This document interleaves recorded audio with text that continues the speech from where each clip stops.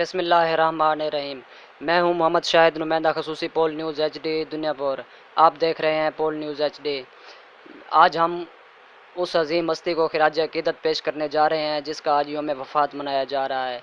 वो अजीम हस्ती जिसने हमें पाकिस्तान जैसी नेमत से नवाजने के लिए अपनी जान की बाजी लगाई और ना अपनी बीमारी की परवाह की और ना अपनी बीमारी को कभी किसी पर ज़ाहिर किया, और अपने बनाए हुए उसूलों, ईमान, इत्तेहाद, तंजीम पर अमल करते हुए और अपनी सदाकत और दयानतदारी पर अमल करते हुए एक अजीम मिशन पाकिस्तान को बनाने के लिए अपना अहम किरदार अदा किया।